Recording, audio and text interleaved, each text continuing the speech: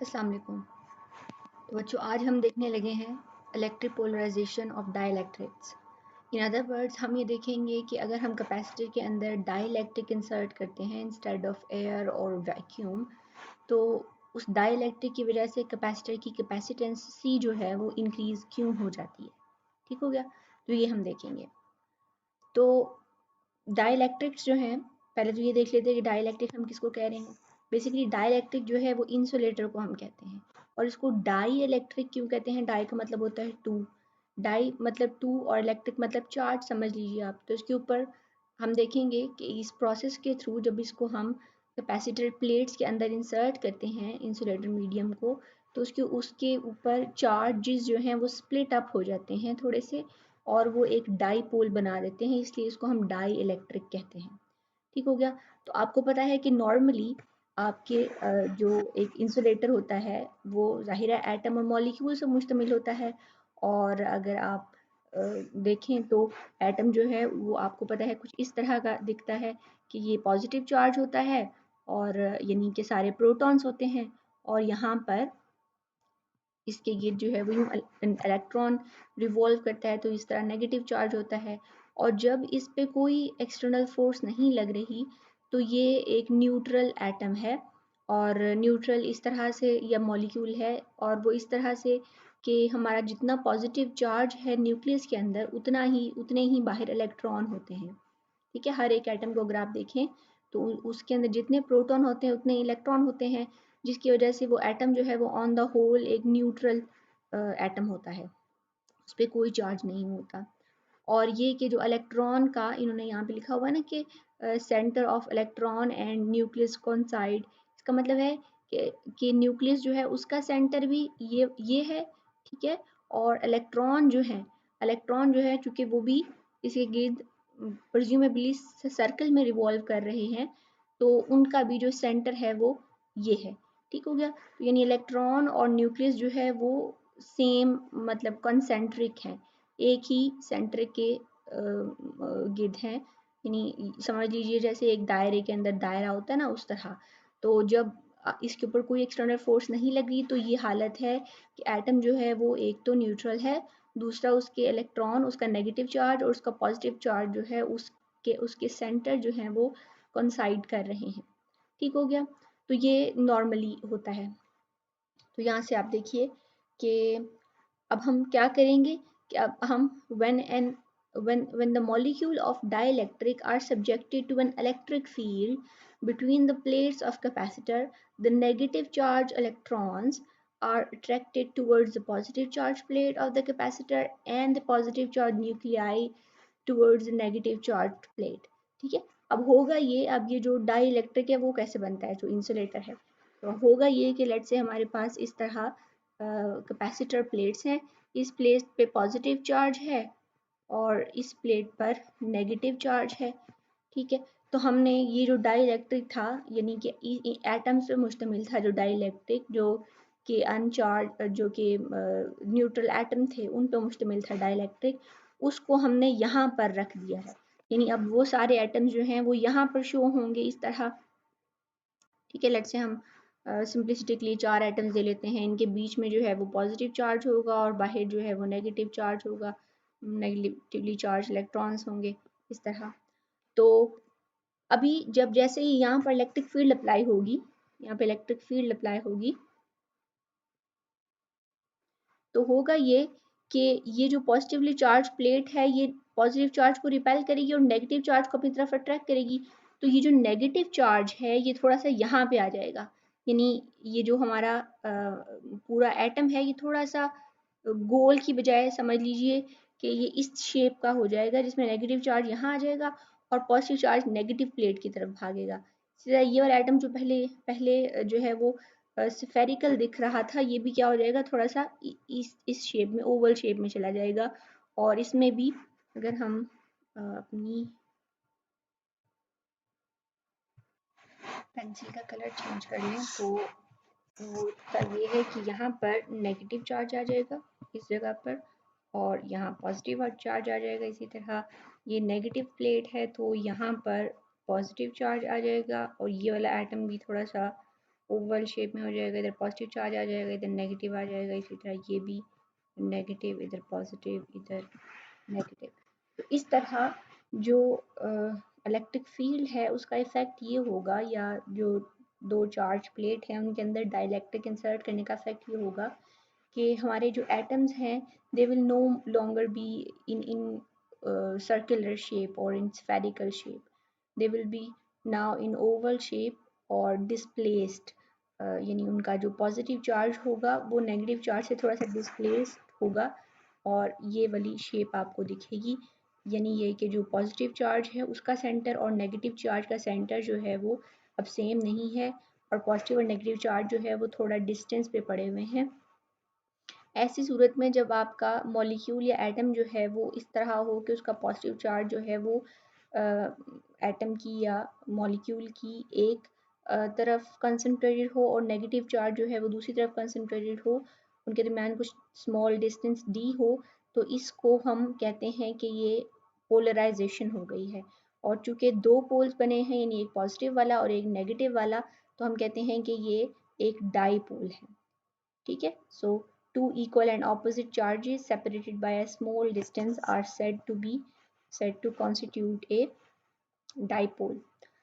Thus, the molecule of dielectric under the action of electric field become dipoles, and the dielectric is said to be polarized. ठीक है, polarized यानी उसके poles बन गए हैं।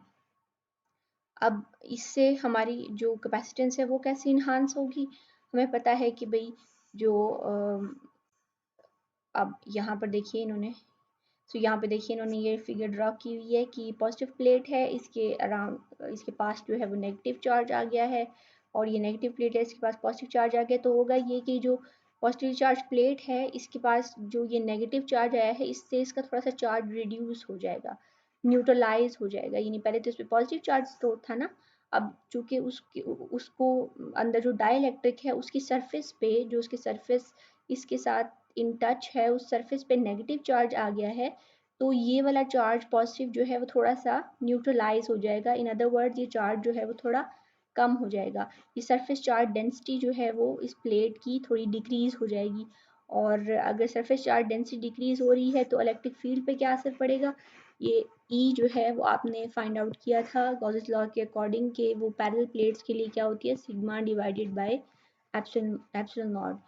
तो ये जो सरफेस चार्ज डेंसिटी है अगर ये डिक्रीज होगी, यहाँ पर इन प्लेट्स की सरफेस चार्ज डेंसिटी डिक्रीज होगी क्योंकि इनका ऑपोजिट चार्ज जो है वो इनके सामने आ रहा है, न्यूट्रलाइज हो रहा है चार्ज थोड़ा। तो अगर ये डिक्रीज होगी तो क्या होगा, यानी सरफेस चार्ज डेंसिटी की डिक्रीज होने का मतलब है कि this is surface charge density is equal to Q divided by A, यानी कि charge per unit area decrease हो रहा है ना, यानी अब उतना चार्ज नहीं है, अब थोड़ा सा चार्ज न्यूट्रलाइज हो रहा है। तो इसलिए E जो है वो डिक्रीज हो जाएगी क्योंकि ये दोनों डायरेक्टली प्रोपोर्शनल है। E डिक्रीज होने से क्या होगा, हमें पता है कि E जो है वो बराबर है, तो दिस इम्प्लाइज कि E जो है वो किसके बराबर होता है V डिवाइडेड बाय D के। D तो डिस्टेंस है, वो तो डिक्रीज या इंक्रीज नहीं हुआ दो प्लेट्स के दरम्यान का, तो अगर E डिक्रीज हुआ है तो मतलब V भी क्या होगा, डिक्रीज होगा। सो पोटेंशियल डिफरेंस जो है वो डिक्रीज हो जाएगा किनके दरमियान, इन दोनों प्लेट्स के दरमियान। सो पोटेंशियल डिफरेंस डिक्रीज होगा तो हमारी कैपेसिटेंस पे क्या असर पड़ेगा, तो C हमें पता है किसके बराबर है, Q is equal to C V, और C is equal to Q divided by V। तो यहाँ से V जो है वो C के इन्वर्सली प्रोपोर्शनल है, यानी V डिक्रीज होगा तो C इंक्रीज होगी, कैपेसिटेंस जो है वो इंक्रीज हो जाएगी। तो ये आपने फार्मूलाज जो है वो लाजमी लिखने हैं अपने इस टॉपिक के अंदर। फार्मूला नंबर 1 ये हो गया, 2 ये हो गया, और 3 जो है वो ये हो गया। तो ये 3 फार्मूलाज आपने लिखने हैं और ये कंक्लूजन ड्रॉ करना है कि चूंकि पोटेंशियल डिफरेंस जो है प्लेट्स के दरमियान डिक्रीज हो रहा है, अब आप उन्हीं प्लेट्स के ऊपर जिसमें आपने पहले एयर या वैक्यूम था जिनके दरमियान अब आपने डाइलेक्ट्रिक रखा है, उन्हीं प्लेट्स में आप पहले से ज़्यादा चार्ज जो है वो स्टोर कर सकते हैं। ठीक हो गया। तो अब हम नेक्स्ट टॉपिक पे आ जाते हैं, और नेक्स्ट टॉपिक है हमारा energy stored in a capacitor. तो हम यूँ करेंगे कि एक एक्सप्रेशन ड्रॉ करेंगे और देखेंगे कि भाई जो एनर्जी स्टोर होती है कैपेसिटर में वो एक्चुअली क्या है, कितनी है, क्वांटिटेटिवली उसकी वैल्यू क्या है। ठीक है, तो हमें पता है कि जो कैपेसिटर है वो चार्ज स्टोर करता है, लेकिन इस चार्ज को हम ऐसे भी सोच सकते हैं कि जैसे ये चार्ज जो है वो इलेक्ट्रिकल एनर्जी है, ठीक है, क्योंकि चार्ज जो है, अगर चार्ज सेपरेटेड है, अगर चार्ज जो है वो कुछ डिस्टेंस पर, पॉजिटिव चार्ज जो है वो एक तरफ पड़ा हुआ है, नेगेटिव चार्ज एक तरफ पड़ा हुआ है, और अगर आप अलाउ करते हो इन दोनों को मिलना, तो क्या होगा कि there will be a flow of energy between these two plates. Positive से नेगेटिव की तरफ जो है वो एक चार्ज चार्ज फ्लो करेगा, तो यहाँ पे यानी करंट गुजरेगा अगर आप इन दोनों प्लेट्स को मिला दें। तो ये कि ये जो एनर्जी है, यानी जो चार्ज की फॉर्म में स्टोर हुई है, ये बेसिकली क्या है, ये इलेक्ट्रिकल एनर्जी है। और ये इलेक्ट्रिकल एनर्जी आई कहाँ से, क्योंकि ये जो चार्ज था ये डिपॉजिट किया था इन प्लेट्स पर वाया ए बैटरी, ठीक है, ये पॉजिटिव और नेगेटिव। तो ये बैटरी जो थी इसने इस चार्ज को प्लेस किया, जिसका मतलब है कि बैटरी को ये चार्ज इन प्लेट्स पर प्लेस करने के लिए कोई काम करना पड़ा, वर्क करना पड़ा, ठीक है। तो यानी आप बैटरी जो है उसका ये जो पॉजिटिव चार्ज है, लेट्स से उसने ये किया कि इस प्लेट के इलेक्ट्रॉन जो है ये पॉजिटिव चार्ज की तरफ अट्रैक्ट हुए, तो यहाँ से इलेक्ट्रॉन जो है वो डिक्रीज हो गए, इस जगह से इस प्लेट से इलेक्ट्रॉन डिक्रीज हुए, तो इस प्लेट पे पॉजिटिव चार्ज आ गया। और फिर इस प्लेट पे ऑलरेडी पॉजिटिव चार्ज है, इसमें से मज़ीद इलेक्ट्रॉन निकालना जो है वो निकालना मतलब एक हार्डर वर्क होगा। तो आप देखो कि जैसे जैसे इन प्लेट्स पे चार्ज इंक्रीज होगा, उससे ज़्यादा चार्ज इंक्रीज करने के लिए नेक्स्ट इंक्रीमेंट के लिए बैटरी को और ज़्यादा काम करना पड़ेगा। तो ये जो काम कर रही है बैटरी, वो काम इनके दरमियान पोटेंशियल की फॉर्म में स्टोर हो रहा है, और इसको हम इलेक्ट्रिकल एनर्जी भी कहते हैं, यानी जो एनर्जी स्टोर हो रही है वो इलेक्ट्रिकल एनर्जी है इन दो प्लेट्स के दरमियान।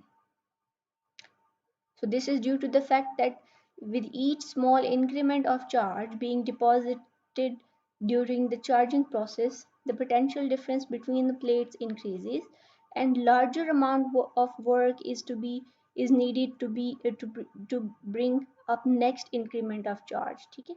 So जैसे कि आपने थोड़े इलेक्ट्रॉन रिमूव किए, फिर थोड़ा सा पॉजिटिव चार्ज आया, आपने मजीद इलेक्ट्रॉन रिमूव किए, मजीद पॉजिटिव चार्ज आ गया। अब क्योंकि ये यहाँ पे ऑलरेडी पॉजिटिव चार्ज है, इन पॉजिटिव चार्ज में से इलेक्ट्रॉन निकालना मुश्किल काम होगा ना, क्योंकि इलेक्ट्रॉन जो है वो those electron will also be attracted by this positive charge and this positive charge. तो बैटरी को यहाँ से इलेक्ट्रॉन निकालने के लिए, क्योंकि यहाँ पे ऑलरेडी पॉजिटिव चार्ज है, ज़्यादा काम करना पड़ेगा, ठीक है। तो ये जो भी बैटरी काम कर रही है वो इन प्लेट्स के दरमियान जो है वो पोटेंशियल इलेक्ट्रिकल पोटेंशियल एनर्जी की फॉर्म में स्टोर हो रहा है, या इसको हम इलेक्ट्रिकल एनर्जी सिंपली भी कहेंगे कि उसकी फॉर्म में स्टोर हो रहा है। तो सपोज करें कि इस तरह बैटरी जो है वो जैसे उसने काम इनिशियली करना स्टार्ट किया, तो अभी इनके दरमियान उसने अभी कोई भी मतलब बिल्कुल स्टार्ट पर उसने कोई भी चार्ज जो है वो डिस्प्लेस नहीं किया इन प्लेट्स के ऊपर से, तो इनके दरमियान जो पोटेंशियल डिफरेंस था वो 0 वोल्ट्स था।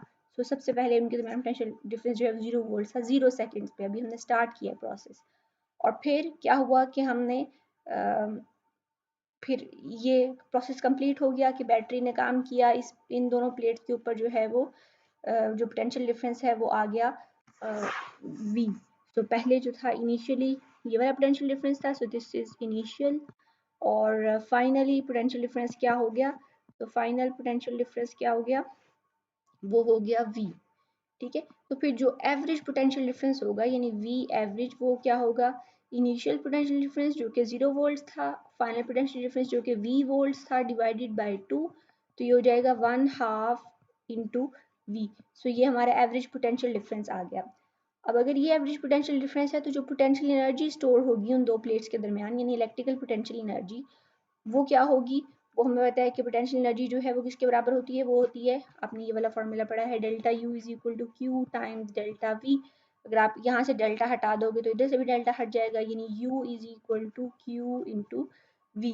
तो इस v की जगह आप v एवरेज रखेंगे, तो इस v एवरेज की वैल्यू क्या है, 1/2 v। तो ये आप यहाँ पुट कर दीजिए। सो ये हो गया potential energy is equal to 1/2 Q times v। और हमें पता है कि Q जो है वो चार्ज है जो प्लेट पे डिपॉजिट हो रहा है, और वो किसके बराबर है, according to the capacitor equation Q is equal to C V. तो आप Q को सी वी के बराबर रख दे तो यह क्या आ जाएगा, 1/2 Q की जगह क्या आ जाएगा C, और V का स्क्वायर हो जाएगा। तो ये हमारे पास एनर्जी का एक्सप्रेशन आ गया है। या तो आप यही एनर्जी का एक्सप्रेशन यूज़ कर सकते हैं, या आप इसको एक और फॉर्म में कन्वर्ट कर सकते हैं, और वो ज़्यादा यूज़फुल फॉर्म है। यानी it is also possible to regard the energy as being stored in electrical field between the plates rather than the potential energy of the charge on the plates. तो हम बजाय इसके कि हम ये देखेंगे कि पोटेंशियल एनर्जी है चार्ज की, अभी हम पोटेंशियल एनर्जी की फॉर्म में देख रहे थे ना, कि पोटेंशियल एनर्जी है चार्जेस की, चार्जेस जो है कुछ डिस्टेंस से सेपरेटेड हैं, तो उनके दरमियान जो है इलेक्ट्रिकल पोटेंशियल एनर्जी है। हम ये भी सोच सकते हैं कि मतलब आपको पता है ना कि अगर आपके पास इस तरह दो प्लेट्स हैं, तो ये अगर पॉजिटिव प्लेट है, ये नेगेटिव प्लेट है, तो इनके दरमियान इलेक्ट्रिक फील्ड भी है। ठीक है, तो हम ये भी सोच सकते हैं कि इलेक्ट्रिक फील्ड जो है उसके अंदर एनर्जी स्टोर हुई हुई है। ठीक है, such a viewpoint is useful when electric field strength between the plate instead of charges on the plate causing the field is to be considered. So ये यहाँ पर बजाय इसकी हम ये देखें कि यहाँ जो है इन दो प्लेट्स के दरमियान पोटेंशियल एनर्जी है, हम ये भी सोच सकते हैं कि इन दो प्लेट्स के दरमियान इलेक्ट्रिक फील्ड है, तो हम ये सोच सकते हैं कि इलेक्ट्रिक फील्ड में जो है ना वो एनर्जी स्टोर हो रही है। तो फिर इस इक्वेशन को हम थोड़ा सा मॉडिफाई कर सकते हैं by putting C equals to A epsilon naught divided by D। अब एप्सिलॉन R क्यों पुट किया, हमें पता है कि हमने यहाँ पर डाइलेक्ट्रिक इंसर्ट किया हुआ है। ठीक है, वैक्यूम नहीं है, तो हम C की डाइलेक्ट्रिक वाली यानी मीडियम वाली वैल्यू पुट करेंगे। तो C की वाली वैल्यू आप यहाँ पुट कर दें, और V की कौन सी पुट करें, V हमें पता है कि E is equal to V divided by D होता है, तो V जो है वो क्या आ जाएगा, E टाइम्स D।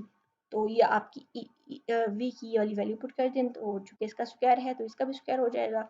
तो आप ये देखिए कि नेक्स्ट ये इक्वेशन कैसे बन जाएगी, ये आपने C की वैल्यू पुट कर दी और ये आपने V की वैल्यू पुट कर दी और उसका स्क्वायर कर दिया। तो अब देखिए कि एक D जो है वो इस स्क्वायर D के साथ कैंसिल हो जाएगा, E का स्क्वायर जो है वो रहेगा। तो यह आ गया 1/2 epsilon not epsilon R E square multiply by A, और D को आपने सेपरेट कर दिया, एक D बच गया था ना, उसको आपने सेपरेट कर दिया। सो A टाइम्स D। A क्या चीज़ है, वो है एरिया ऑफ द प्लेट। सो दो प्लेट्स थी ना हमारे पास, इस तरह दो प्लेट्स थी हमारे पास, तो A जो है वो इन दोनों प्लेट्स का एरिया है, एरिया ये वाला। ठीक है, और D क्या था, वो इन दोनों प्लेट्स के दरमियान में डिस्टेंस। तो अगर हम देखें तो एरिया को अगर हम इस डिस्टेंस मल्टीप्लाई कर दें, तो ये हमें बता रहा है कि इन दो प्लेट्स के दरमियान जितना भी वॉल्यूम है ये वो आ जाएगा। ठीक है, इसी तरह होता है ना, एरिया क्या होती है, लेंथ मल्टीप्लाई बाय वेट, और डिस्टेंस जो है इन दो प्लेट्स के दरमियान को आप इसको आप हाइट समझ लीजिए। तो ये 3 डायमेंशंस में अगर आप लेंथ को इस तरह मल्टीप्लाई कर देते हो तो वो क्या बन जाती है, volume. So this is volume, ये वाली चीज़ जो है वो आपकी क्या बन गई, वॉल्यूम। तो फिर अब ये तो एनर्जी थी ना, एनर्जी चली आ रही है ऊपर से, पोटेंशियल एनर्जी के बाद हमने इसको सिंपल एनर्जी कह दिया। तो एनर्जी जो है वो इलेक्ट्रिक फील्ड की फॉर्म में इस तरह आ गई, हमने कहा हम उसको इलेक्ट्रिक फील्ड की फॉर्म में रिप्रेजेंट करना चाहते हैं, तो इस तरह आप रिप्रेजेंट कर लेंगे। और अगर आप इस ए डी को यानी वॉल्यूम को उठा के एनर्जी के नीचे डिवाइड कर दें, तो क्या हो जाएगा, आपके पास 1/2 epsilon not epsilon E square आ जाएगा। और एनर्जी पर यूनिट वॉल्यूम क्या हो जाएगी, वो हो जाएगी एनर्जी डेंसिटी। ठीक है, और सो एनर्जी डेंसिटी जो है इसको हम यूजुअली स्मॉल यू से रिप्रेजेंट करते हैं, एनर्जी को कैपिटल यू से और इसको स्मॉल यू से। सो इलेक्ट्रिकल एनर्जी जो है वो हमने एनर्जी डेंसिटी हमने निकाल ली है। आपको पता है ना कि किसी भी चीज़ को, जैसे फॉर एग्जांपल अगर आप मास पर यूनिट वॉल्यूम लेते हैं तो वो क्या हो जाता है, मास डेंसिटी। अगर आप चार्ज पर यूनिट वॉल्यूम लेते हैं तो वो क्या हो जाता है, चार्ज डेंसिटी। तो इसी तरह आपने एनर्जी पर यूनिट वॉल्यूम ली तो वो क्या हो गई, एनर्जी डेंसिटी। ठीक हो गया, तो एनर्जी डेंसिटी की वैल्यू जो है वो ये आ गई। तो आपको 3 इक्वेशन जो है उनको याद रखना है, एक एनर्जी वाली, एक एनर्जी डेंसिटी वाली, और एक ऊपर वो जो ये वाली इक्वेशन थी E इज इक्वल टू यानी energy is equal to 1/2 CV square. ठीक है, एक इस इक्वेशन को, तो ये 3 इक्वेशन जो हैं इस टॉपिक में इम्पॉर्टेंट हैं। ठीक हो गया, सो ये था हमारा आज का टॉपिक। नेक्स्ट हम इंशाल्लाह अपना लास्ट टॉपिक पढ़ेंगे और फिर हम इसकी एक्सरसाइज करेंगे। तो अगर आपको कोई क्वेश्चन हो तो आप ग्रुप में पूछिए और इस टॉपिक को अच्छे से पढ़ें। ठीक है, अल्लाह हाफिज़।